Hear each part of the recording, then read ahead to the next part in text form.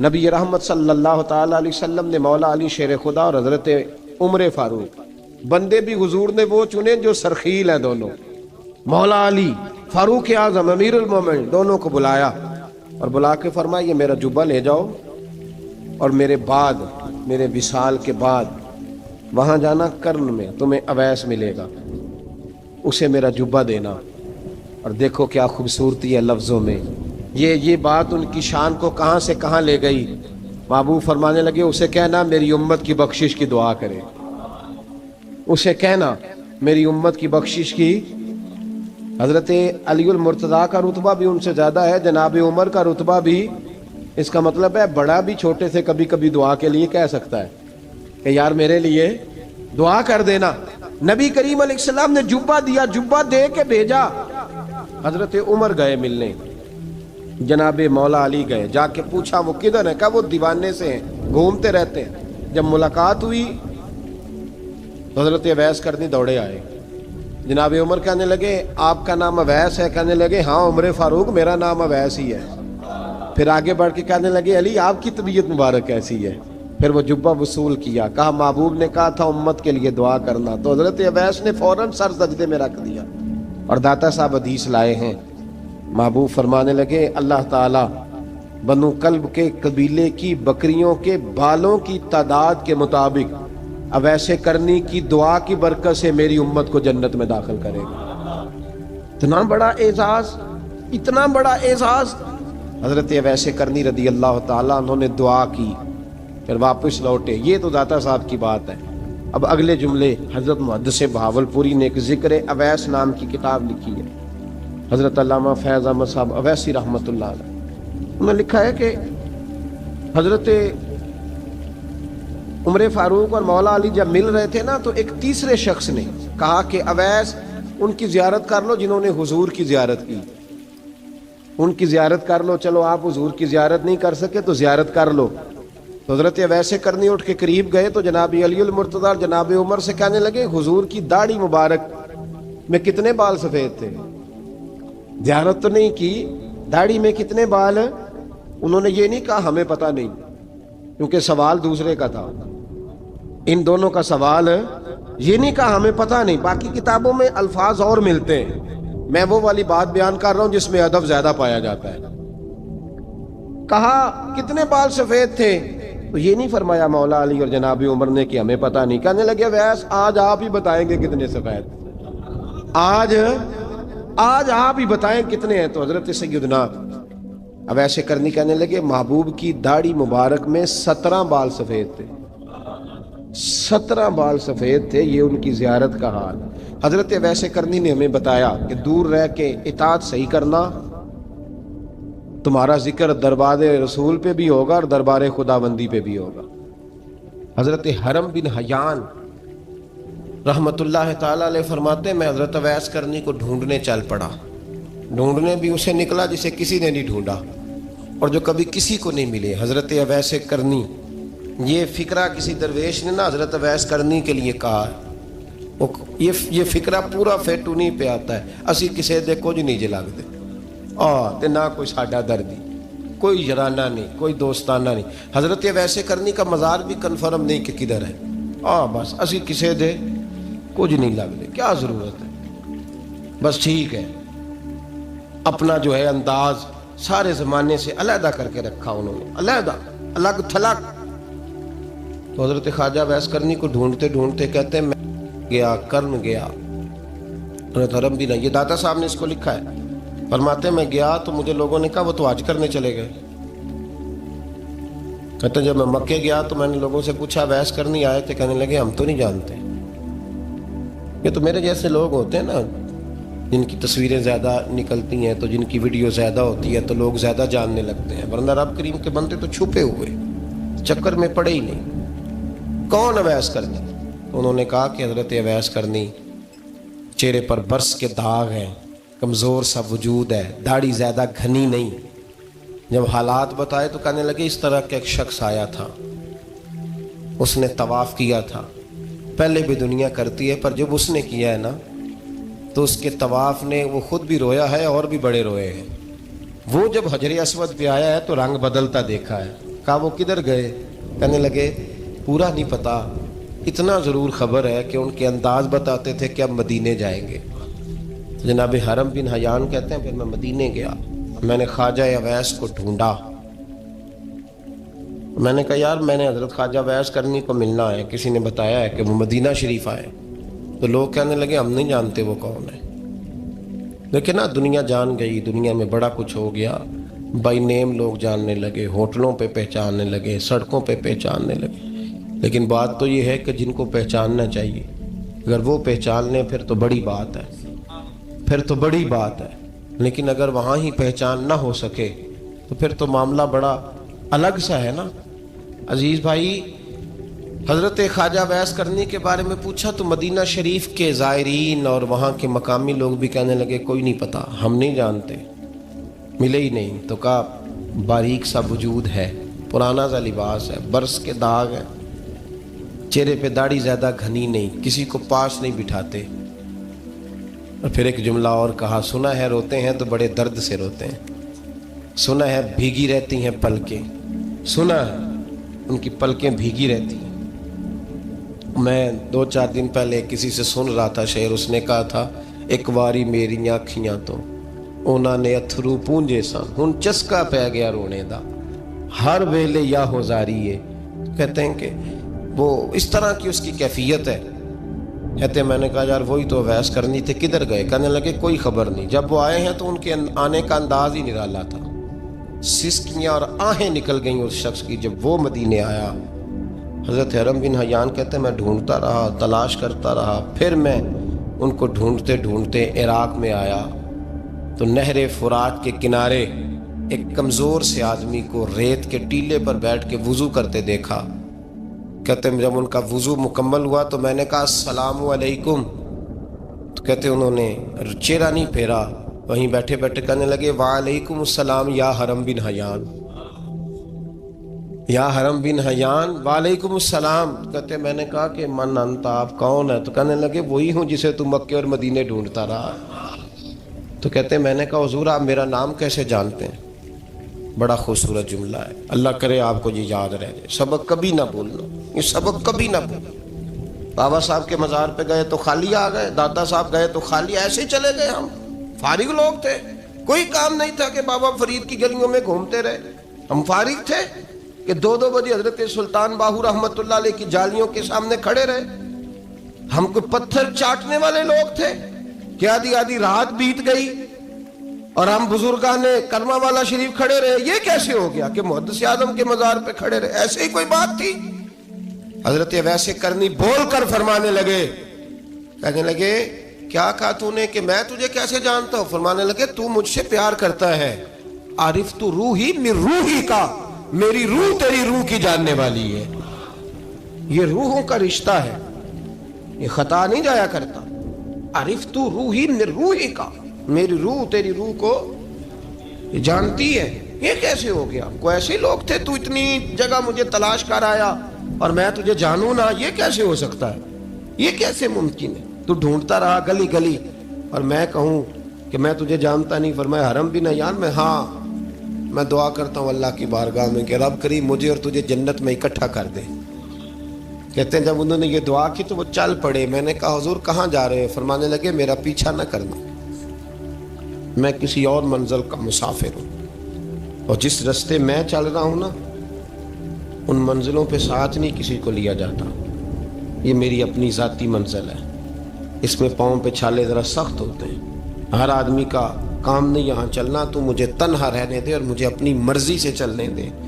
کہتے میں نے منت کی تو کہنے لگے بس، انہیں جد و جہد بڑی کی تھی تو تیرے ساتھ ملاقات کر لی، تجھے پہچان لیا، تیرے ساتھ بات کر لی، ورنہ میں کہہ چکا ہوں اسی کسے دے کچھ نہیں لگ دے۔ اسی لیے میں نے حضرت غالباً امام شورانی رحمۃ اللہ علیہ کے حوالے سے پڑھا ہے کہ قیامت کے دن جب حضرت اویس کرنی جنت میں جائیں گے تو ممکن ہے اس وقت بھی لوگوں کو دیدار نہ کرایا جائے، بلکہ امام شورانی کہتے ہیں اللہ 70,000 فرشتے ان کی شکل کے پیدا فرمائے گا اور ان کے جھرمٹ کے اندر چھپا کے انہیں جنت میں داخل کرے گا۔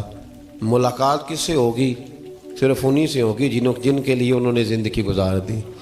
یا خدا سے ملیں گے یا مصطفیٰ کریم سے ملیں گے. یہ بھی لوگ تو محبت کریں. صالحین کا پیار، نیک لوگوں کی محبت، صالحین کی محبت رستہ آسان کرتی. کوئی شک نہیں کہ زمانے میں سارے لوگ اچھے نہیں ہوتے، برے لوگ بھی آئے ہیں مارکیٹ میں، ہوتے ہیں، لیکن 2 4 5 10 بروں کو لے کر کے اچھوں کی محبت چھوڑ دیں گے، نیک لوگوں کا ذکر چھوڑ دیں گے، ان کا پیار چھوڑ دیں گے، ان کا تذکرہ پڑھنا چھوڑ دیں گے، ان کے پاس بیٹھنا چھوڑ دیں گے. گزشتہ دور میں جو بادشاہ بھی نیک ہوئے نا، وہ بھی صالحین کی محبت کی وجہ سے نیک ہوئے. اورنگزیب عالمگیر اگر کچھ بہتر ہوئے تو اس لیے کہ ملا جیون نیک آدمی سے محبت کرتے تھے. محمود غزنوی کی بہتری کا سبب یہ تھا کہ حضرت سیدنا ابوالحسن خرقانی کے پاس جایا کرتے تھے. صالحین کی محبت نے بادشاہوں کے رخ بدلے، بادشاہوں کے. ان لوگوں کو پیار تھا تو حالات جہانگیر بادشاہ جایا کرتا تھا خواجہ اجمیر کے آستانے پر، تو لوگ کہتے ہیں کہ بڑے سخت دنوں میں بھی ہم اس کی آنکھوں میں آنسو دیکھا کرتے تھے.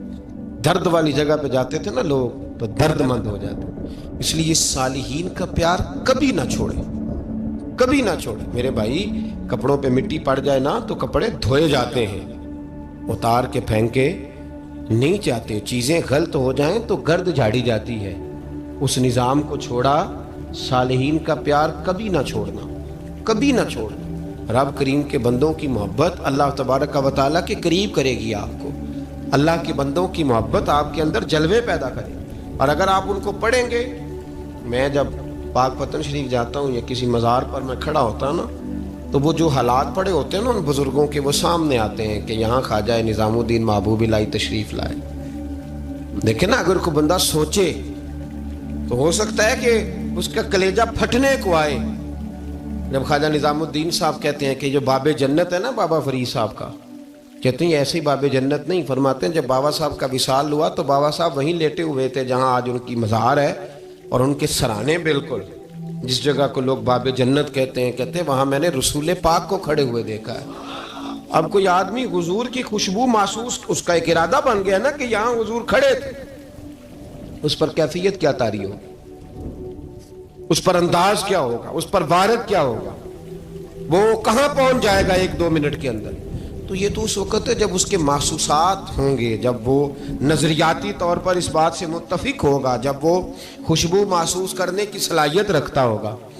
ایک بات عذرائے محبت ہے، کہہ دیتا ہوں کیونکہ سوالات ہوتے رہتے، کہہ دیتا ہوں. اعلیٰ حضرت کے ایک مرید تھے مولانا حشمت علی خان صاحب رحمۃ اللہ، بڑے تگڑے آدمی، جن لوگوں کی پوزیشن بڑی سخت فاضل لوگ ہوتے ہیں نا، اور حاضر جواب 1 منٹ سے پہلے. پاک پتن شریف گئے تو باب جنت سے گزر کے آئے. باب جنت سے کسی ہمارے عالم نے نہیں لکھا کہ جب وہاں سے گزر گیا اب توبہ نہ کرے اور کوئی اچھا عمل نہ کرے تو جنت میں جائے گا. بس یہ کہا کہ ایک دروازہ ہے جہاں خواجہ نظام نے حضور علیہ السلام کو کھڑے دیکھا، گزر جائے کوئی تو الحمدللہ اس کے لیے ایک برکت ہے. لیکن کسی شخص نے یہ نہیں کہا کہ اب وہاں سے نکل کے آ جائے اور معاذ اللہ جھوٹ بولے، جو مرضی کرے اور کہ میں جنتی ہو گیا. یہ معنی کسی بندے نے بھی بیان نہیں کیا. ہاں وہاں سے گزر کے آئے، سچی توبہ کرے، بعد میں اپنے اعمال پہ محنت کرے، اللہ اسے برکت عطا کرے گا. فرماتے میں پاک پتن شریف سے ہو کے آیا، رش بڑا تھا، اس کے ایام تھے، تو باب جنت سے گزر کے آیا تو میں بس کی چھت پہ بیٹھ گیا. کچھ اور لوگ بھی تھے، تو ان میں سے کچھ ایسے صاحبان بھی تھے جن کو بیماری ہوتی ہے چھیڑ کے رکھنے کی، کوئی نہ کوئی بات کیے رہتے ہیں، یہ ہو گیا تو وہ ہو گیا. کہتے ہیں انہوں نے بات چھیڑ دی، مولانا کہاں سے آ رہے؟ تو میں نے کہا پاک پتن شریف. تو کہنے لگے کہ آپ وہ بہشتی دروازہ جس کو کہتے ہیں باب جنت، وہاں سے بھی گزرے ہیں؟ کہنے لگے الحمدللہ، لائن تو بڑی لمبی تھی پر موقع مل ہی گیا ہے، گزر گیا ہوں وہاں سے. تو کہتے ہیں مجھے سونگنے لگ گئے. کہنے لگے پھر تو آپ جنتی ہو گئے ہوں گے، پر آپ کے پاس سے جنت کی خوشبو نہیں آ رہی. تنزیہ انہوں نے کہا، تنزیہ. تو کہتے ہیں انہوں نے طنز کیا تو مجھے بھی حق حاصل تھا، جواب در جواب کی تو اجازت ہونی چاہیے نا. میں نے کہا مولانا کیوں، آپ کیوں سونگ رہے ہیں؟ کہنے لگے میں نے حدیث پاک میں پڑھا ہے کہ جنتی 500 سال بھی دور ہوگا تو اس کے پاس سے خوشبو آئے گی، یعنی 500 سال لگیں گے ابھی اس تک، تو پھر بھی جنت کی خوشبو آئے گی. تو آپ سے تو کوئی نہیں آ رہی. کہتے میں نے ان سے کہا آپ نے ایک حدیث پڑھی ہے، اگلی بھی پڑھ لینی تھی. حضور نے فرمایا جہنمی کو جنت کی خوشبو کوئی نہیں آئے گی. یہ نہیں پڑھی آپ نے حدیث، یہ نہیں نظر سے گزری؟ تو کہتے اب وہ مولانا مجھ سے معذرت کرنے لگے، کہنے لگے یار آپ تو ناراض ہی ہو گئے. تو میں نے کہا بھی آپ نے کیوں چھیڑی بات؟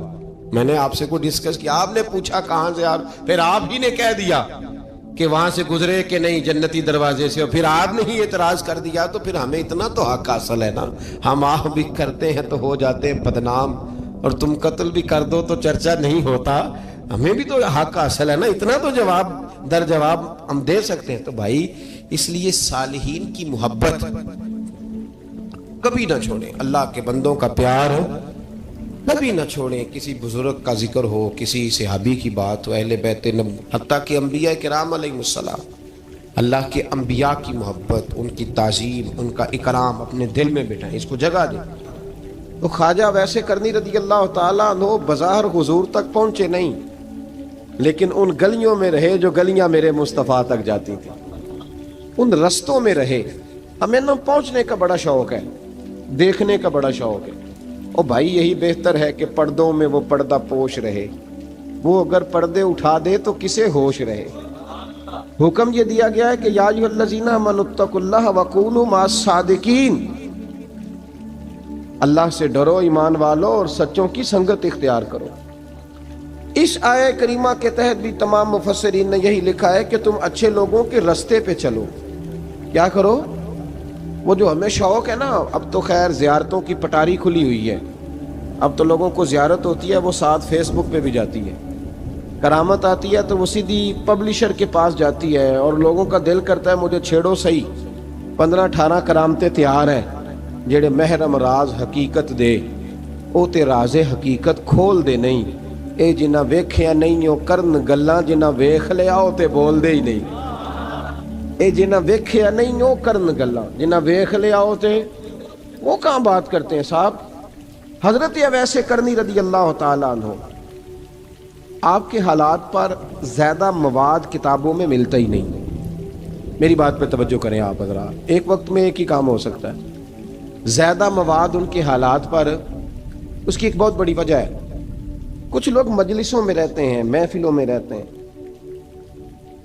ایک صاحب کہتا ہے میں بھی ان سے ملا ہوں، دوسرا کہتا ہے میں بھی ملا ہوں، تیسرا کہتا ہے میں بھی ملا ہوں، چوتھا کہتا ہے بھائی وہ ملتے جو رہتے ہیں، آتے جاتے جو ہیں۔ کچھ لوگ ایسے ہوتے ہیں جو ملنا پسند ہی نہیں کرتے، کنے ایسی کسی دے کچھ بھی نہیں لگ دے تے نہ کو ساڈا دردی، وہ خدا رسول کی یاد میں الگ تھلگ، جب وہ کسی سے ملے ہی نہیں تو کسی کو ان کا واقعہ کیسے یاد ہوگا، جب ملاقاتیں نہیں ہوئی تو ان کی باتیں کیسے یاد ہوں گی، بڑی مخصوص لوگوں سے۔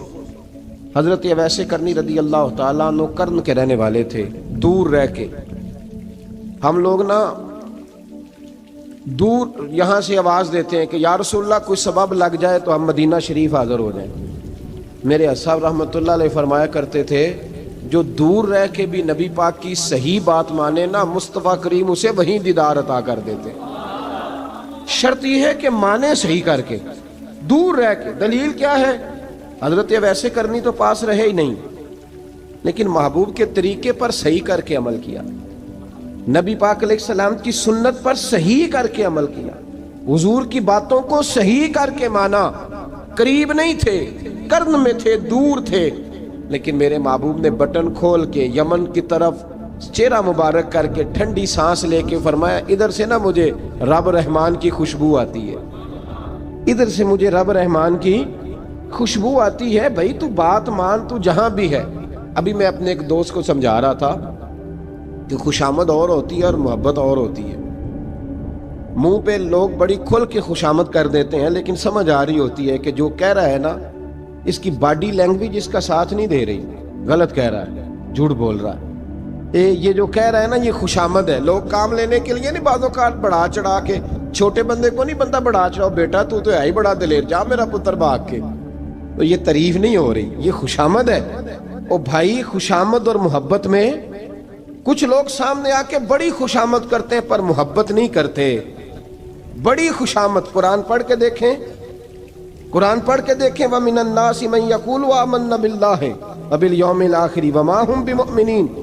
محبوب تیرے سامنے آ کے لوگ کہتے ہیں ہم اللہ پر اور آخرت پر ایمان لائے، تیرے سامنے آ کے کہتے ہیں، پر محبوبہ یہ ایمان والے، اللہ کہہ رہا ہے یہ ایمان والے، ایک نے سامنے آ کے اچھے تلفظ سے کلمہ پڑھا ہے، اور اللہ فرماتا ہے محبوب یہ ایمان والا، اور ایک دور یمن میں بیٹھے ہیں، ظاہراً ملنے بھی نہیں آئے، لیکن محبوب نے ٹھنڈی آہ لے کے فرمایا یار مجھے رب رحمان کی خوشبو آتی ہے۔